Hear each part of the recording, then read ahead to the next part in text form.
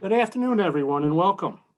My name is John Borghese, and I'm the director of the Alumni Workplace Engagement Program at the Rutgers University Alumni Association. I'd like to thank you all for being with us today.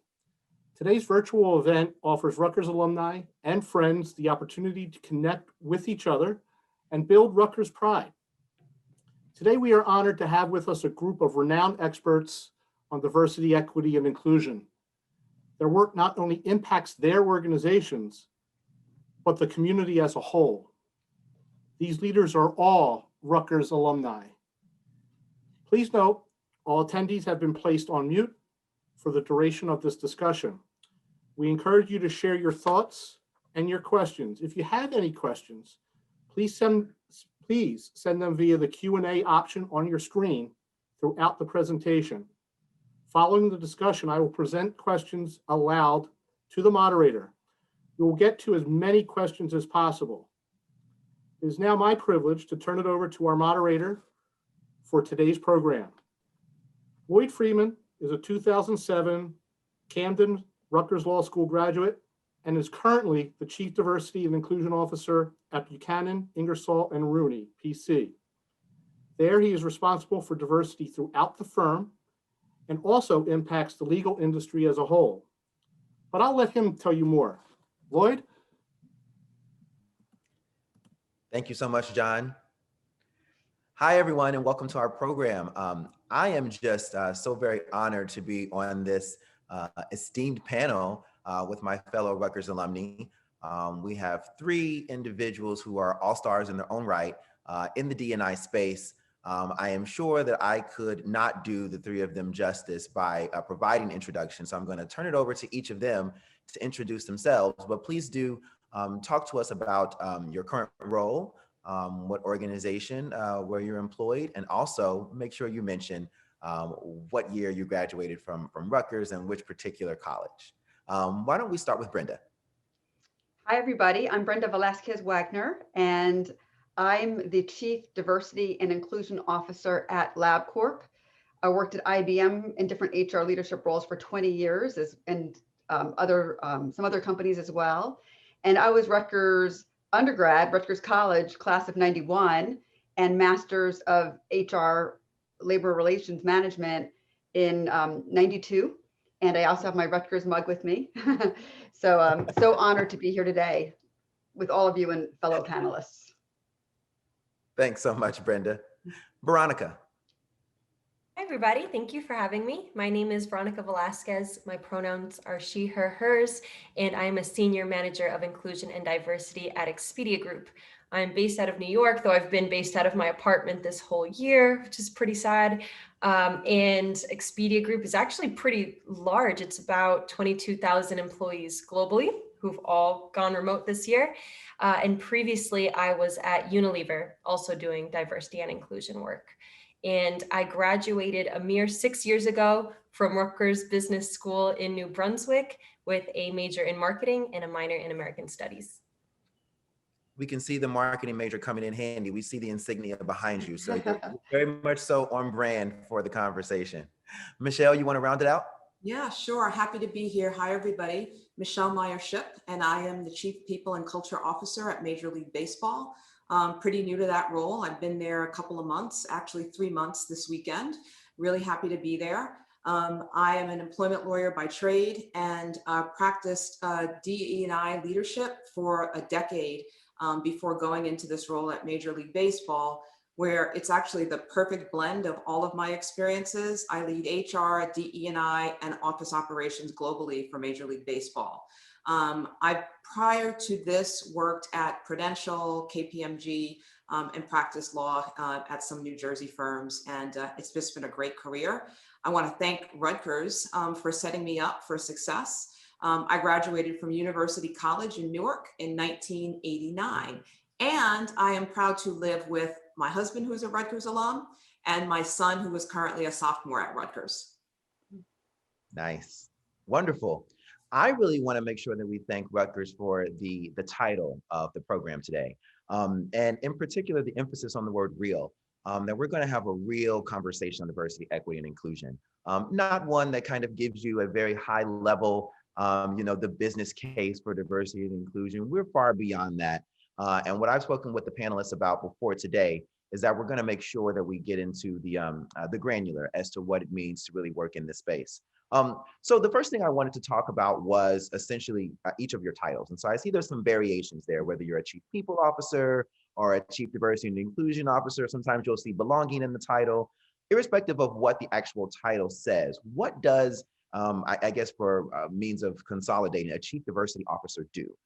For many people who are, I'm sure, joining our webinar, they may not have this particular role, or it may be a role new to their organization. So if you could summarize, what does a chief diversity officer do?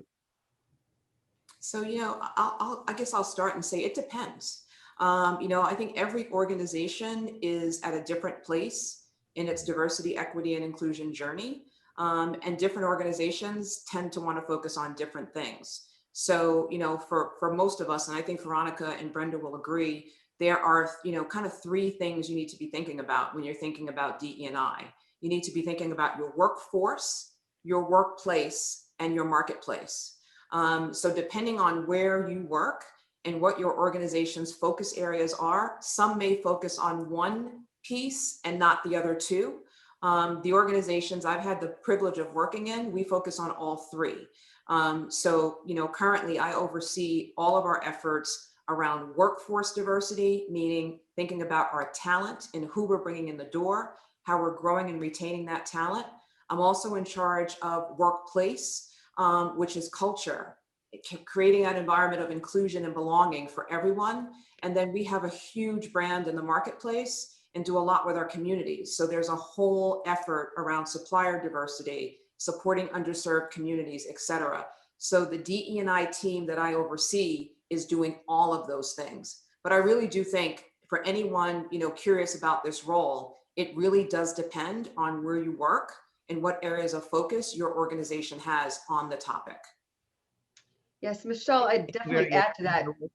Sorry, should I jump in, Lloyd, too? I'd add to one of the comments you made about different companies are at different stages. There's a real maturity curve. And of course, if you're in a small company or firm compared to a large global corporation, often you'll find, though, that the roles could incorporate from strategy to execution. So it's kind of that strategic component. What should we set up? How do we, where we're going to make our bets, if you will, but also seeing through the execution of the different programs.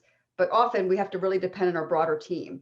I know at LabCorp, I've got a small core team, but I really see the execution through my HR peers, but also the different business leaders across the company. So, and there's definitely been different maturity curves. I'd say I've even experienced, and I think for any company, there is really a continued journey here as well. So even companies that might have been front runners, there's a lot we've even learned over this past 6 months, year, that even has companies kind of reflecting and saying, all right, what are we going to do more differently as we move forward? I love the way that Michelle kind of framed the three different segments of the job. And so let's kind of break those down and talk about first diversifying the workforce. Is that a daunting task? Because you'll hear very often, I don't know where to find diverse talent. How do you respond to that? Because I know I've never worked a day in any of your organizations, but I know there's someone out there that you've worked with before who tells you, because you're in this role, I would love to hire more diverse talent. I just don't know where to find them. How do you respond to that? And what resources do folks need to actually go and find diverse talent? So I don't know, I can start too, and then take it from there. Yes, I think we all hear it every single day. Matter of fact, I was on a planning session yesterday and presentation, a really good, enriched, authentic dialogue with some of the leaders in the company. And I think one piece, and I welcome hearing from my peers here too, is, well, we really have to be intentional.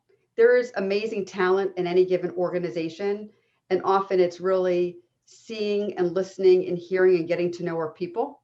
And so one step is really looking deeper in our own org, in our own firms, our companies, and really listening and saying, where do people want to go and how do we enable? How do our processes support even identifying and growing our own people, as well as really being intentional when you're looking externally, whether it's at universities and university organizations and groups to tap into, or really leveraging each other's network, not just kind of the same network a company might have relied on. Yeah. That's one thing that comes to my mind. I'll just piggyback on that and say this, you don't know what you don't know. So what I find so often with organizations is they go where they know, they go where they're comfortable with. So, in our roles, and for me, overseeing talent acquisition in addition, it really is helping people understand that, there are more schools than the schools on your top 10 list. And there are organizations you can actually, build relationships with to target and source underrepresented talent. So it really is just letting them know that. I mean, I think it's funny. One of the things that plays into all of this is our own affinity, biases, and preferences. So there's a lot to be debunked there if we really want to cast that wide net in sourcing talent. And that's what, all of our roles in HR and DE&I are really important in helping people understand that and showing them just how much is out there and how many resources there are for them to source talent through. We just have to expose them because, again, people don't know what they don't know, and people generally operate in their comfort zones. And if I could add, the challenge we've had is that sometimes recruiters are only looking for one identity. So there's the goal to have balance with the binary genders. We need to go after more women hires. And what ends up happening is they bring in a homogenous group of women. So in D&I, we try to remind people that there's intersectionality of identities. So we should be looking for women of color, right? Women with disabilities, LGBTQ+, women and non-binary people. So that you're not just limiting your hiring to one group. And then secondly, you can't just show up to an HBCU one day and assume that everybody from that college is going to want to work for your company. You need to really build that relationship as you would do in any other part of the business. So investing in early talent, whether they're still in school, like primary school, how are you helping with programs that will build that pipeline, and then showing up consistently to those campuses and organizations so that they know you're not just doing it as a one-time thing in response to Black Lives Matter, for example. Yes, no, that's a wonderful point. I want to circle back to something Michelle just mentioned. She talked about the biases that you experience in hiring practices. And oftentimes, it's the role of the chief diversity officer to be that bias interrupter who's in the room. Brenda, what's your take on that? Do you feel that it's critical for your chief diversity officer to be in the room on the hiring committee? Or is it enough for you to actually just give the education around recognizing what our biases are and how they actually end up creeping into the hiring process? Yes, I think we need to call out and lead the way and help people see. I don't know, like LabCorp's 65,000 people globally. So from a scale perspective, it's not just dependent on the chief diversity inclusion officer, but what I really feels on my shoulders is to help enable our leaders and our managers to really see and learn and understand that. And we're really in that journey, I'd say, at this moment. I definitely have learned a lot, again, diving in over the last 6 months, 9 months deeper into biases and how it influences. And if I look at my career, I've been more in HR leadership roles. I can see how that lens has taken place. And so I know at our company, we will be really launching both unconscious bias training for our people leaders in 2021. It's going to be focused on both how, what is that, but really how does that apply to your role as a leader? And it's going to be part of our story. It's not the only. I think that's one of the important things is it's not just the training itself. It's really going to have to be the training as well as really looking at the equity aspect of our processes. So we're spending more time with our people leaders and our recruiting team as far as what are the processes we have in place and what is it we need to be aware of and really change as we move forward. So I see that's a really important part of our journey at our company as we're looking at 2021 in particular.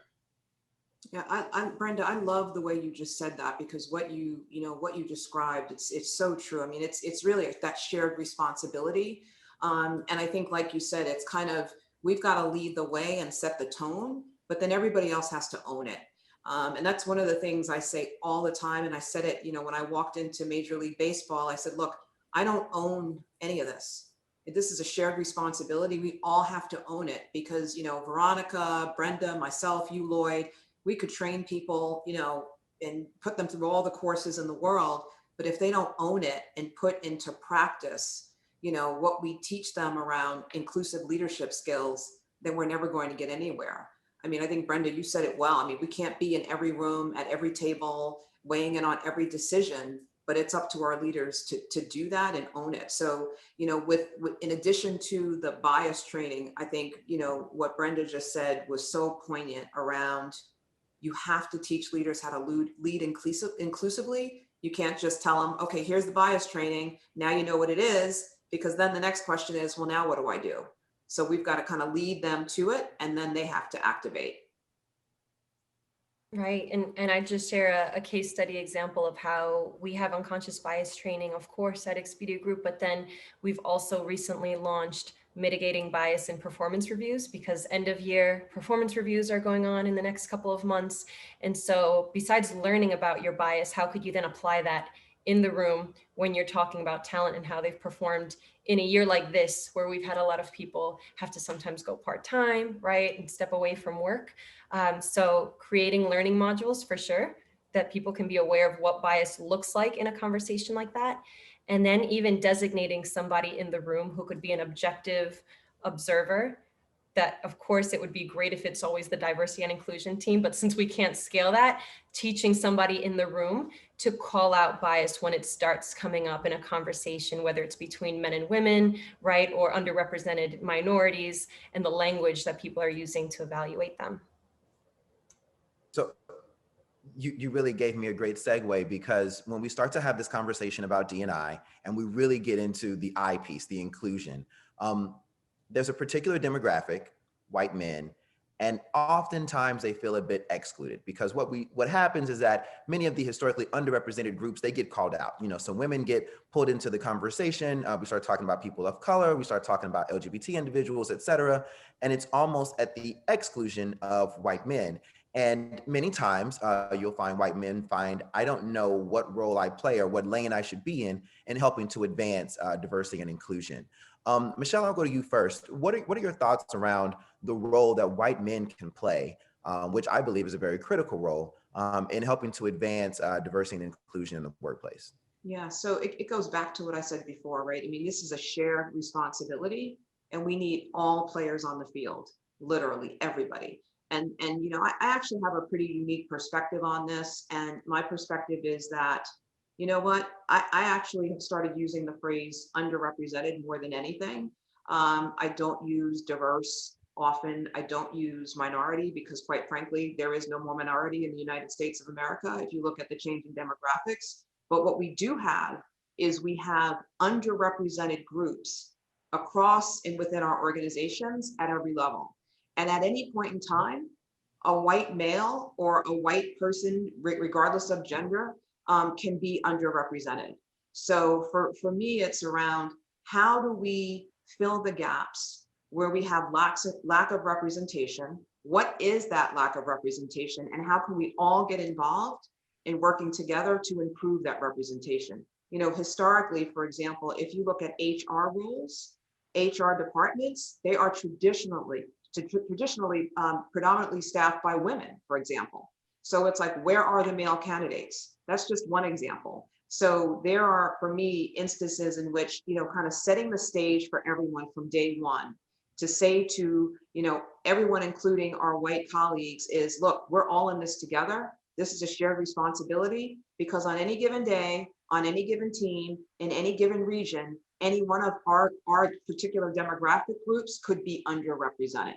So let's do this together. That's kind of the angle I put on it to help everyone get engaged. And then the other piece of this is, just candidly and transparently, we know that across organizations, most of our C-suites are run and led by white men.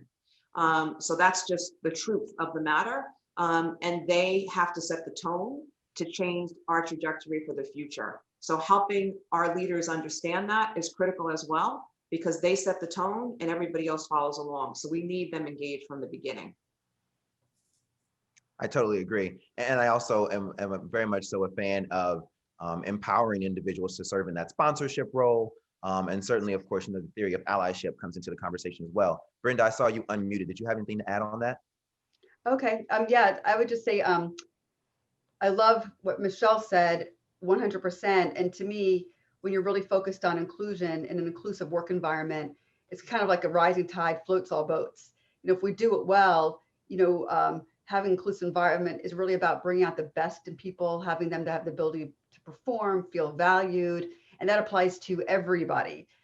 So the focus on inclusion benefits whether you're white male, Hispanic female, et cetera. So that was one key piece. I think it's the best interest of any company at large. And then you mentioned allyship too. So in any given group, it's really important to have those allies, to help move the different missions forward. Exactly. If I could just jump in on Please. allyship, we talk about at Expedia Group how there's so much more power in somebody who has privilege being an ally than someone who is in the targeted community. So if you use the example of binary gender, women advocating for pay raises, that won't be as powerful, even though it's important, as men. And of course, the men empower white men also being the ally and saying it's really important that we make sure that there's pay equity in these roles. So absolutely, white men have a critical role in this, and allyship can bring them into the conversation so that they know that they have a role. It's not just to go to an event that's sponsored by the Asian group and feel like, oh, but this is their event, I can't really participate. We need to have those events and also make space for how others who don't identify as that underrepresented identity can be an ally to them. Yep, wholeheartedly agree. But you also brought up what I would call a new buzzword, which is equity. And so bringing equity into the conversation, I think, is extremely important. And Rutgers has even recognized this. The university's new president, Jonathan Holloway, he commissioned an equity audit for Rutgers University. And I'm reading here because I want to get it right. The audit sought to uncover whether Rutgers was providing wide access to opportunities and whether the university was deliberate in its efforts to retain and promote from underrepresented groups. Let's stick with you, Veronica. What does equity mean to you, and have you or your organization conducted a similar type of equity audit throughout your organization? Great question. I think to ground it might be helpful to go through each word: diversity, inclusion, equity, since they're usually lumped together. Diversity being the variety of identities and people. When we talk about different demographic information, gender, race, sexual orientation, that's in the diversity definition. Inclusion then being creating a culture where those variety of identities feel valued, accepted. They don't feel like they may be retaliated against for being who they are.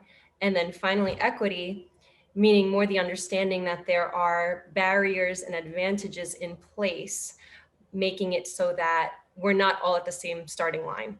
So we need to have customized, intentional, deliberate, as you said, approaches to serving the underserved. We can't just have one rule in place that we assume will help everybody the same way. We need to have a customized approach. And I think this is something you need to do often. And what helps to do this at companies is definitely hosting listening tours and surveying your employees, and then breaking down that data by these different demographics. So overall, asking people how they feel about the environment at work. Do they feel that everybody has an equal opportunity? Do they feel their manager supports their professional growth? When we then look at that, if we just looked at all workforce, we'd say, oh, maybe things look pretty good. But then when you divide that into race, gender, you look at the intersection of race and gender, you can see which groups are not feeling as equal as the others. And so you can then target solutions more towards those groups and ask them, okay, what are the solutions that would better help your group? And then you can take it step by step versus a blanket approach solution. Michelle, have you conducted any kind of an equity audit in any of your organizations? Yeah, I live in this space, and I love what Veronica just said. I mean, it is so it is literally constantly monitoring and picking apart the impact of all of your processes on your people. So, as the owner of HR for my organization, I'm constantly monitoring and watching my hiring metrics, my promotion metrics, my exit metrics, et cetera. Who gets selected to go to professional development programs and things like that. So you want to track those metrics. You want to look at the demographics that are being impacted in each of those buckets and figure out where the gaps are. Veronica, I love what you said around the focus group piece, because what I found happens, and it's funny, I think about this, I saw this when I was practicing employment law, and I've seen it, through my work in HR and DE&I. But the bottom line is, you often hear from your employees, where certain groups are feeling left out, or they're feeling like they don't have a seat at the table, or they don't get included in the special, professional development program, or why are we never on the high potential list, et cetera. So you hear that feedback, and then you literally have to go look at the data. So that's what I'm calling my audit, right? I'm constantly auditing all of my processes to make sure that nobody's being left behind or left out. And to Veronica's point, when she described equity, when you do discover that there is any particular group that's being left out, you need to figure out what you can do to make that group whole. So for example, I worked at one organization, not Major League Baseball, but there was one organization where our women kept falling out of the pipeline right when they got to kind of that mid-level. They just kept falling out, either leaving or getting moved. Like they just never seemed to be able to cross that ceiling. And we discovered through, some focus groups, to your point, Veronica, what some of the barriers were.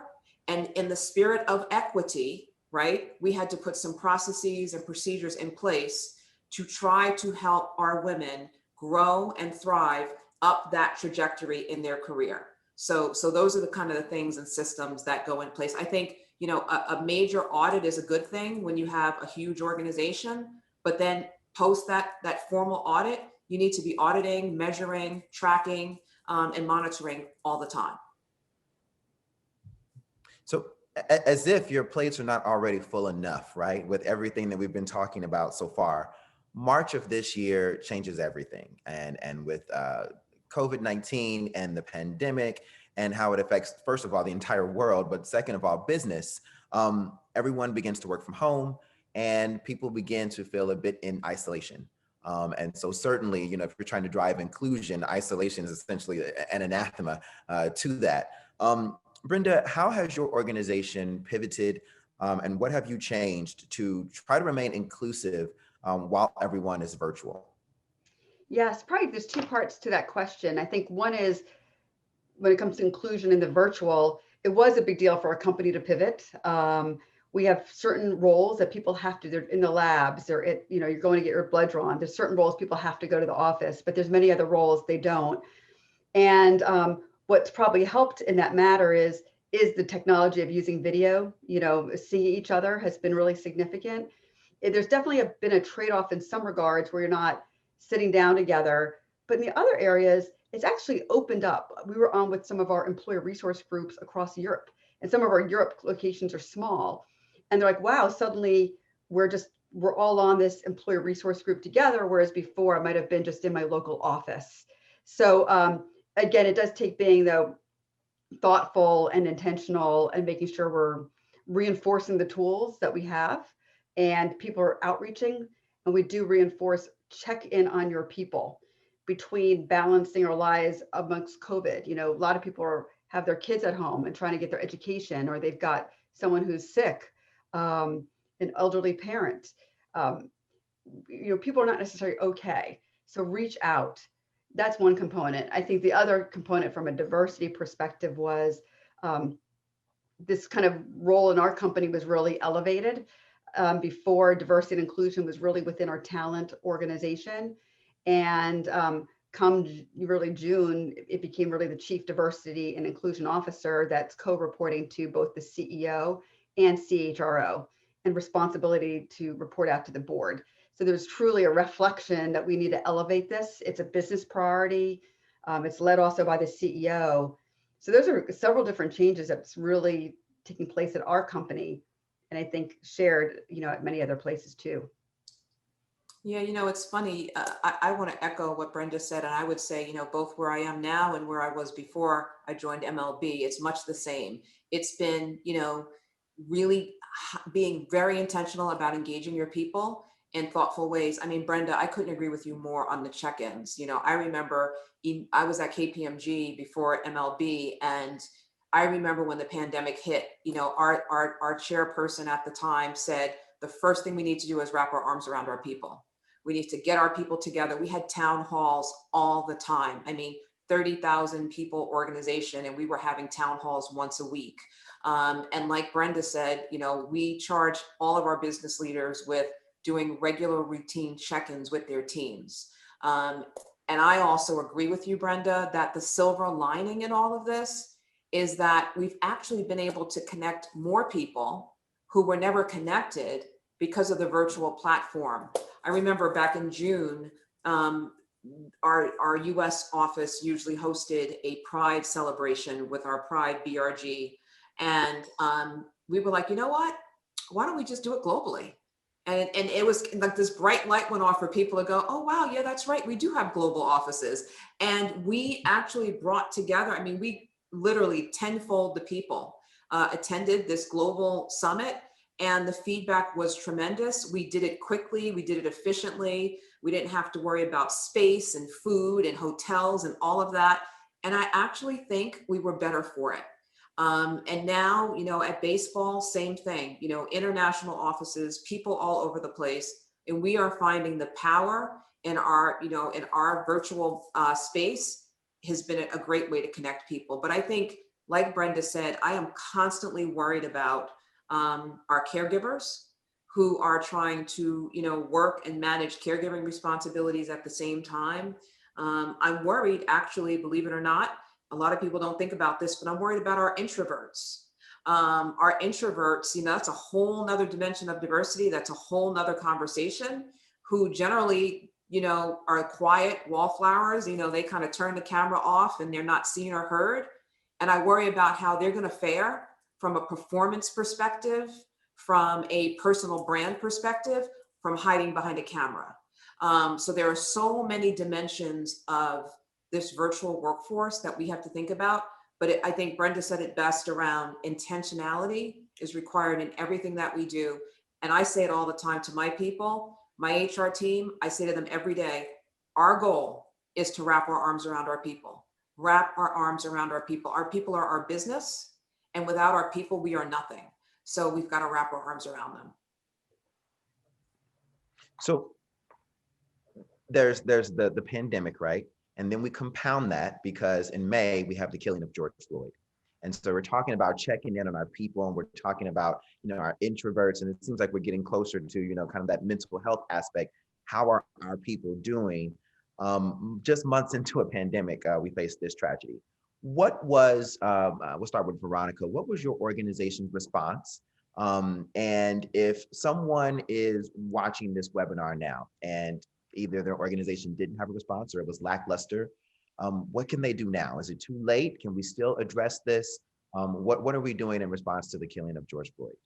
Sure. So one of the most important things we saw immediately after this tragedy, and it wasn't the first, there was a lead up to of other Black men who were being highlighted in the news who were being killed by police. And the inclusion team was attuned to it, but it wasn't until George Floyd and it became a global movement did all of our senior leaders suddenly realize just how bad racial injustice is in the world. And so the leaders who sent messages to their teams and employees, we received the most positive feedback from employees. Okay, people know that this is happening. They care. They're letting me take time off if I need to. I feel good. The leaders who didn't know what to say and then didn't say anything made their employees feel like, wow, how can you expect me to come to work while this is happening outside? So in the future, definitely being open with your teams, I'd say, is really important. Even if you don't have the words to say, just saying, I acknowledge what's going on. I know this may be very difficult. If anybody needs some deadlines adjusted, right? If we need to move any meetings, definitely let us know. Could make a really big difference. And then there was a lot of employee clatter around when is Expedia going to make a statement, because a lot of other companies had started making external statements and saying we stand behind Black Lives Matter. And we took a little bit of time to come out and say something. And that's because we wanted to demonstrate that we had done enough work before we externally say something. We didn't want to just jump on the bandwagon of, oh yeah, us too. And then we can have people out there go, wait a second, Expedia, you've never said anything about Black lives. So we spent more time internally organizing before we went externally. And we kept very in tune with our Black employee resource group. We made sure we were always speaking with them, that they had the platforms they needed to speak out to other employees, and that they were protected, because suddenly an onslaught of employees wanted to go talk to the Black employee resource group and be told what to do. So we needed to also protect them and give them certain platforms that they could reach a big group of people, versus being asked constantly in every meeting, as the one Black person in that meeting, what can others do to help them? Yes. Michelle, is it too late for those watching and maybe they didn't have the benefit of having a chief diversity officer, or perhaps just their response in their organization was lacking? What do they do now? Is it still timely enough for us to say something or do something? Absolutely, it's never too late. And I think, what Veronica said, I echo completely. I mean, Ahmaud Arbery was one of many. And thankfully, many organizations have started the conversation before, but for those who have not, it is never too late to start. There is a great movement afoot via a group of organizations that have come together for CEO Action for Diversity and Inclusion. If you literally just Google CEO Action for Diversity and Inclusion, about over 800 CEOs way before 2020, actually about maybe 3-4 years ago, all signed up on this commitment to address this issue of racial justice and hate crimes and things of that nature across the country. That platform has tons of resources for companies that are just starting on this journey. It's got links, it's got videos, there's tons of stuff out there. What I would recommend is that, professionally, your organization can engage through something like that, but then individually, all of our people in our organizations need to be open to listen, learn, and engage. I think a huge reason that the movement took off after Ahmaud Arbery was because people were home, quarantined, and paying more attention than ever before. Because I can assure you, as a Black woman, I've been well aware of this for my entire lifetime. And raising 3 young Black men, way before Ahmaud Arbery, every time they get in a car, I drop to my knees and pray. So Ahmaud Arbery was like, okay, God bless his rest his soul, but he wasn't the first one. I think what this did for our organizations, and in particular for our white leaders, was being home, having this spotlight on this issue and nowhere to go to run away from it or hide from it. It was in our faces and we had to address it. So you've got to be open to listening and learning and hearing different points of view. What I would say to our Black colleagues who are listening in is, the comment of, I'm exhausted, I don't want to talk about this anymore. Do I have, like to your point, Veronica, does our BRG have to keep having these conversations? Guess what? Yeah, you do. You know why? Because our white colleagues don't know what they don't know about the Black experience. So that was my biggest learning through all of this, was watching my white colleagues, friends, neighbors say to me, oh my God, Michelle, like I didn't really even know that this was a thing. And then me going, oh really? Let me show you the list of all of the many men and women of color, Black in particular, who are being killed on the streets every day across this nation. And you didn't even know it was happening. So you've got to start the conversation. We have to get comfortable being uncomfortable. And we've got to listen and learn from each other to support each other. I think organizationally, what I would say to everybody on the call is, if your organization has not done this yet, use your HR team, use your DE&I team to help you prepare toolkits for your leaders so you can equip them with some talking points or tips or links so that they can get comfortable, again, being uncomfortable, having these conversations, because it is hard and it is uncomfortable, especially for someone who's never had to have conversations like this before. So those would be my recommendations. And if I can add, both Michelle and Veronica reference it also eloquently. It's not too late. Matter of fact, you know, as different companies jumped out and responded to different degrees, what people will want to see is this sustainable? You know, so it's not too late. And matter of fact, it's going to always be important to prioritize and emphasize. Michelle called out two great things. One is the CEO action. If you do Google that, does have tons of resources. And our company, our CEO just signed the pledge. And so will be more engaging, but I was aware of it from one of my former employers.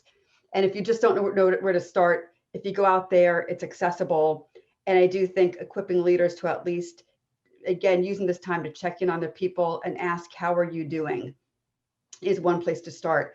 I will mention too, back to companies being at different maturity stages, our company had several employee resource groups that had been underway just in the last couple of years, but we did not have a Black employee resource group. So one of the big pieces was to launch. It actually had been underway, though it was in the works, but obviously this was the catalyst to say we need it. And we had the most senior level sponsorship. We launched it, and we also had a really honest panel that our CEO participated in. That was, you know, uncomfortable, or we just never engaged in these kind of conversations. And now it's kind of really leveraging that employee resource group and all our employee resource groups and moving kind of the next stage, you know, as we move into this coming year. So those are just a few points I'd add to. Oh, that's wonderful feedback. I want to make sure we reserve some time to get into our Q&A. John, are you there? Oh, there's John. Yeah, absolutely, Lloyd. And what a, wow. We could probably talk on this topic for hours, but we've had some great questions come in. Lloyd, I'm going to ask you one that came in directly about your industry. How can I convince the leadership committee and supervisors at my law firm to not only participate in our diversity tasks, but also recognize that they need to take active roles in putting inclusion into practice? In other words, how do I convince them that they have to act as leaders on this issue? Sure. Listen, the best thing that you can do, particularly we're talking about lawyers, show them the numbers, show them the data, let them know that you are hemorrhaging talent. And Michelle talked about this earlier, kind of talking about how you can get a particular talent to a certain level. And we can't really promote them to the highest levels because there's something that happens right there in that mid-level range where you feel as if it's unattainable for you. And so if you can show them the results of that audit, when you're going through and you're looking at that data and you're seeing where your talent drops off and how we keep trying to, you know, go back into the pipeline and get folks into those mid-level ranks and we can't seem to promote them anymore. Once you let them know that we're in the middle of a vicious cycle, we've got to change something unless we want to continue to get the exact same result with every single person we get in here.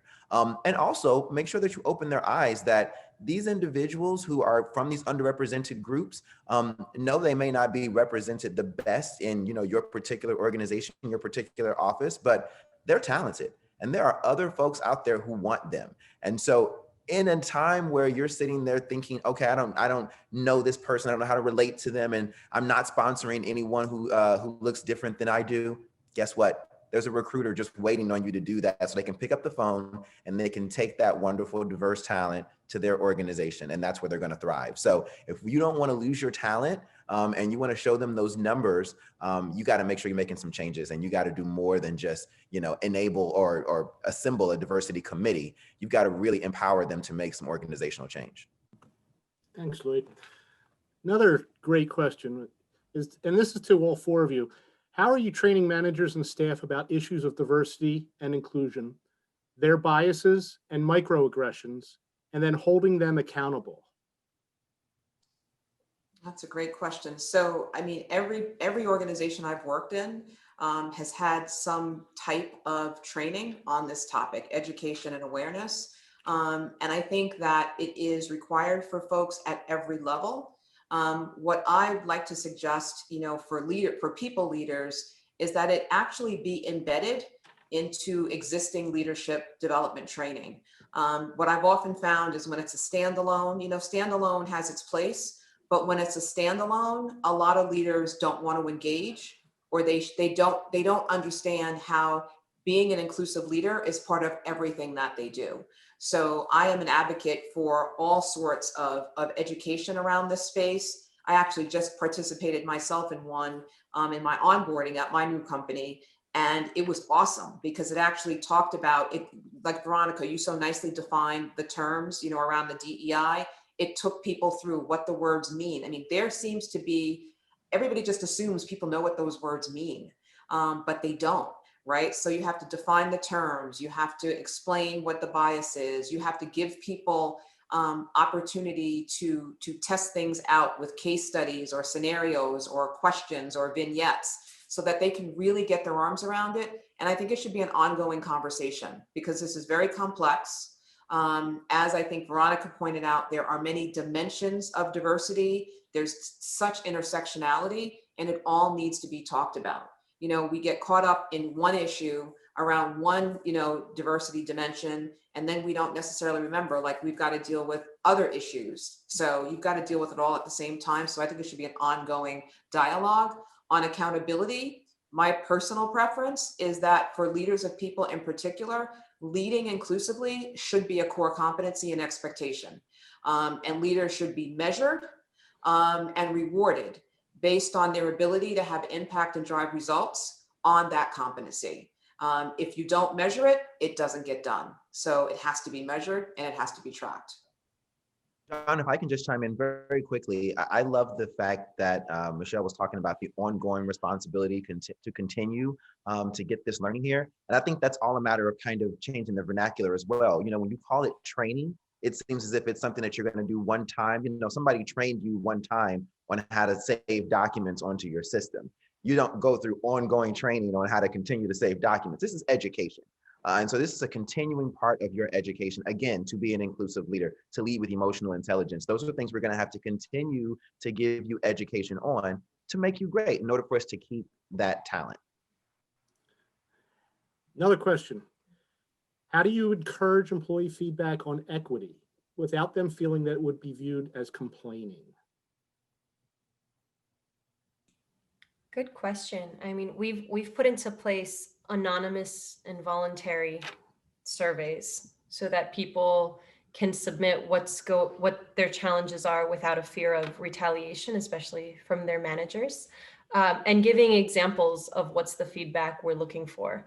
So in the messaging of what the survey is, or if you're about to host a focus group or anything like that, saying, we've heard things like this, and you can showcase past testimonials that are not attributed to anybody, just to give people an idea, and then really letting them know how protected their data is and how safe it is to share or disclose, and how it won't be available to their managers in an identifiable way.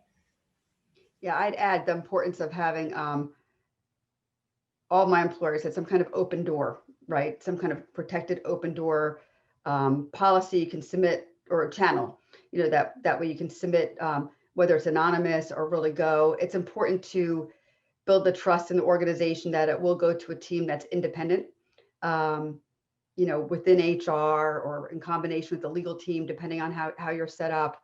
But, and also the different channels too, that there is kind of your supervisor, the HR team, this independent channel, and that retaliation will not be tolerated. And these are some maybe basics for some companies, but it's really important to be very clear and deliberate. And then as a company, you know, what is coming in, and looking at those trends from the employee relations channel, or this, you know, anonymous or open door policy channel, to see what are the things that aren't coming through kind of our regular processes.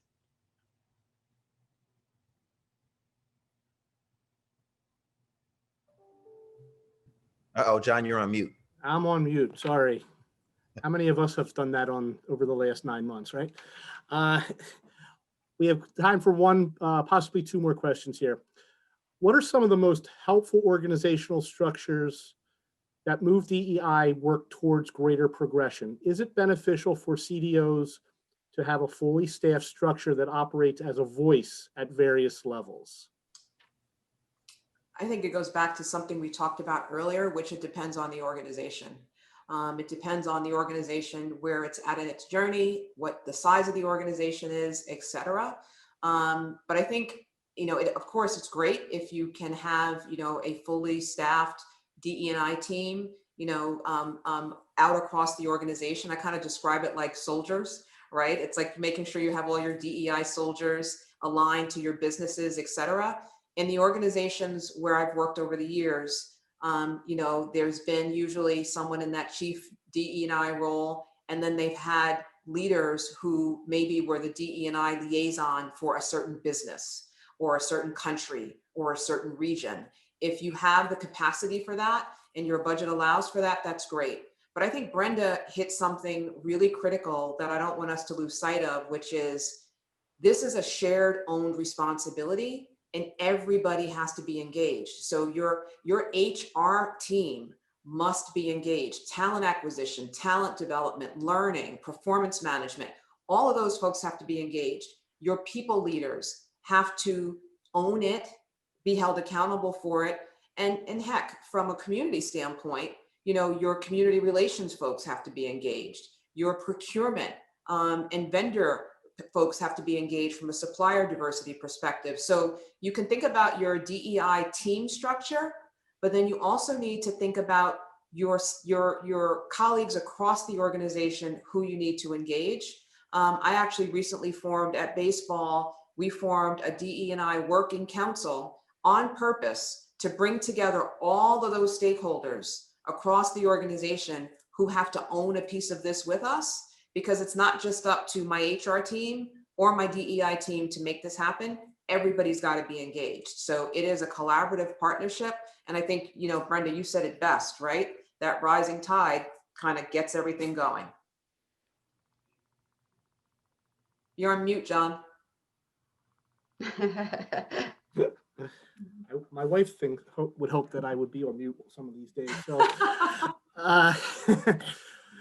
so one last question before we sign off here. How would you suggest advocating for an underrepresented group that is not necessarily rising with the rest of the tide? Data. It goes back to what Lloyd said before. You've got to pull your data. And again, show your leaders what's happening to your talent pool and your talent pipeline. And once you show them the data, that usually gets folks to listen, but you've got to prove it out. And I think Veronica also gave us some great insights around, doing and testing your employee sentiment via employee surveys, focus groups, et cetera. So you have the data, you have the employee voice, and then to Lloyd's point, you've got that war for talent out there. You kind of put that all together and create your case for change. That's what I would recommend. Yes. And So you mentioned the voice component. So how can you provide channels for the voice, whether it is the roundtables, focus groups, surveys, as Veronica mentioned, having those channels and encouraging people to give that voice too. I think also, John, just on an ongoing basis, how you frame your diversity within your workforce, that matters. Because to Veronica's point, if we're kind of using this, black, white binary, every time we speak about diversity and inclusion, that's not going to cut it. It's exploring all those dimensions of diversity. So essentially, no group will get lost if we're always presenting diversity as looking at our gender diversity, and then we're going to look at, our racial and ethnic diversity. We're going to look at all of it in its totality. It's not that, 2021 is going to be the year that we focus on getting, more LGBT individuals. That's not how this works. We're talking about exploring all of our dimensions of diversity all the time.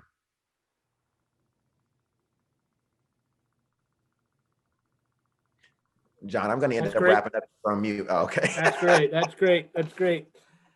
So I just want to say thank you very much on behalf of the Rutgers University Alumni Association and the Alumni Workplace Engagement Business Forum. I'd like to thank our experts for their powerful messages. I hope all of you have taken away at least one point that you can implement in your organizations or just in your personal lives as you move forward. And I want to thank all of you for being here today, taking an hour out of your day to enjoy this wonderful panel. And one last thank you. I want to thank my colleagues, Yvette Martinez and Stephanie Bigshay, on putting this program together. Stephanie has been the woman behind the curtain on much of this, and thank you very much to the two of you for helping us put this together. Everyone will be receiving a follow-up email from us shortly, which will include a survey to provide any feedback. And we hope to see you again soon. Happy holidays. Be well and be safe. Thank you, everybody.